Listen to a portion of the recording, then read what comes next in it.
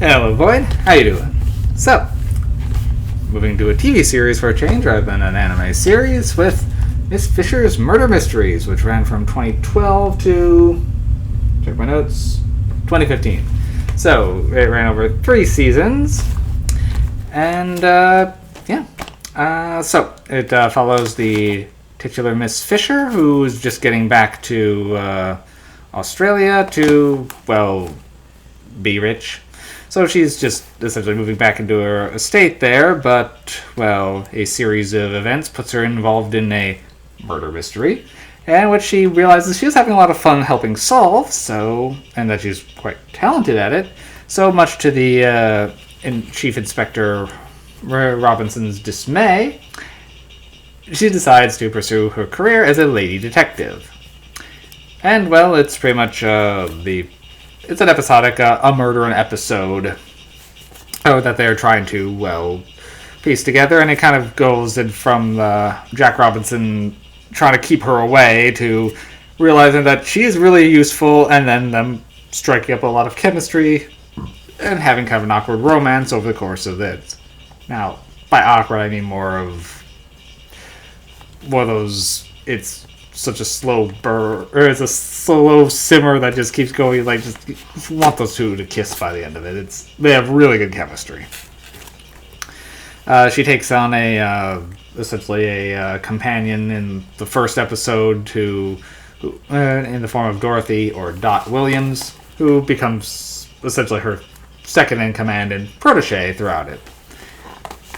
And we get several other regulars that are just delightful, including the Constable Collins, who is likewise flirting with Dot. Her sometimes orphan character she adopts early on, but is in so few of episodes, and I really wish she was there more, because she was an interesting character, but she's so underutilized. And then, I don't think she appears even in the 3rd season at all. And then, her cabbies and her butler, they're all great. Oh, and her friend, her mortician friend, Dr. McMillan.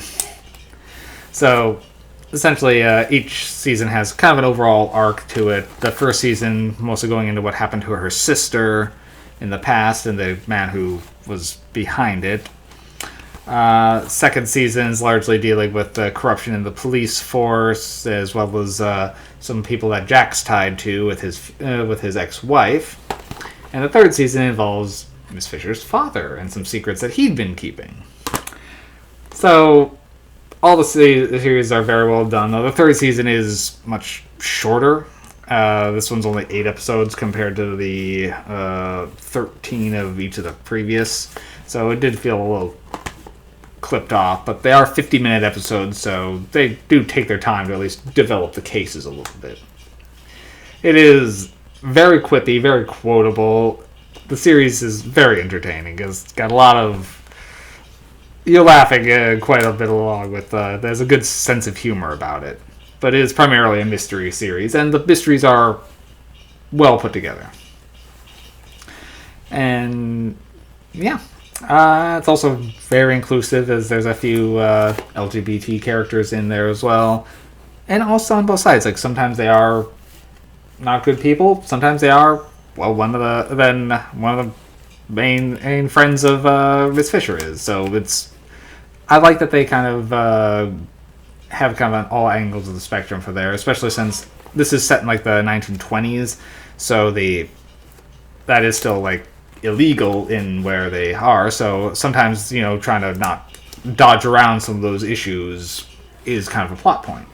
As a period piece, it is well put together. The music and set designs are great for it.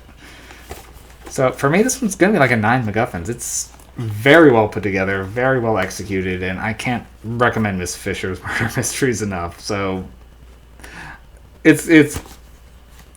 I do highly recommend seeking this one out. I don't know if it's streaming anywhere, but it wouldn't surprise me if it was. But it isn't too hard to track down physically, so... There's also a movie that I'll be reviewing at some point, but don't know when that's going to be. It's not currently in my queue, which means it's got a ways to go to get there, even when it enters it. But we'll get to it at some point. Alrighty, Void. All on this one. short and sweet, since series are kind of tough to talk long at length for me. So we'll just call it there. See you soon.